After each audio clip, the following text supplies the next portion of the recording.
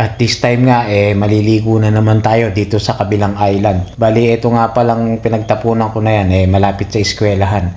At napunta muna ako dito sa grocery dahil nga wala na kaming sabon na pang-uro. Dahil nga naubos na, kaya ako na ang nabili. Dahil nga yung unang bumili, yung kasama ko. Kaya ito na lang ang pinaka-share ko dahil share kami sa gamit sa kusina. Pero doon lang po sa mga gamit, pero sa pagkain hindi. At pagkabili ko nga binayaran ko na po agad. Bali, nasa $4 po ito. Buti na lang na meron tayong tip, yun ang pinanggagastos natin. Kaya naman pagkabayad natin yan, binigay na sa akin agad yung sukle. Binilang lang ulit natin at gusto mo po. Pasensya na po, nabubulol-bulol na po ako. At heto na nga, pagkabili po natin dito sa mini grocery, punta na po tayo sa kabilang island nating pagliliguan. At heto nga, habang naglalakad ako, may nakita na naman tayong kambing. At nang palapit nga ako, biglang natakbo at umakyat agad ng bundok. Takot sa akin, akala siguro huhulihin ko siya.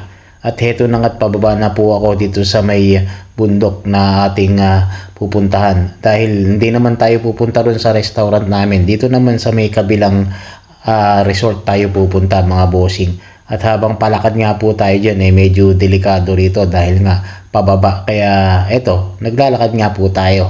Dahil pagka hindi ka nag-ingat dito, sigurado may kalalagyan ka. At yung daan nga, baku-baku pa. Sira-sira pa yung mga tiles. Or yung mga semento na nilagay po dito sa hagdanan. At nang wala na nga yung hagdanan, andito na po tayo sa may kabila. Bali, maglalakad pa po tayo pababa ulit. At yun, meron yan naliligo na ron. Bali, doon nga yung area ng aming restaurant. Pero hindi po natin pupuntahan yun. Dito nga po ako maliligo sa ibang area naman, sa ibang resorts. Para iba-ibang naman po, paliguan natin. Pero same lang naman po yan, parehas naman pong dagat yan. Kaya kahit saan dyan, pwede pong maligo.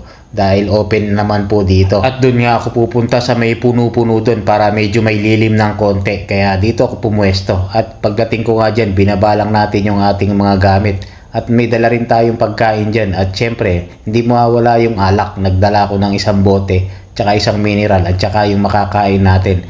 Dahil nga pagka tayo naligo, sigurado gugutumin tayo niyan na pagkakalangoy-langoy.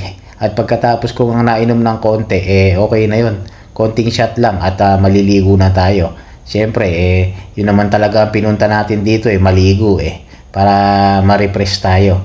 Ito, solong-solo nga natin Habang naliligo nga ako dyan, may natapakan ako na sea urchin ba yun? Ang liit, kaya pala medyo matinik. Kaya naman ito, binaba ko na dyan sa iba at lumipat na ako ng paliguan dahil mabato itong pinigliguan ko. At pagdating ko nga dito sa kabilang area, dito na tayo naligo. Paling pa pala yung camera. Ako pala, mali na yung pinuntahan ko kaya hindi ako nakita sa mga langoy-langoy ko. So, yun lang. Love you all, Mama Chup Chup. Alright.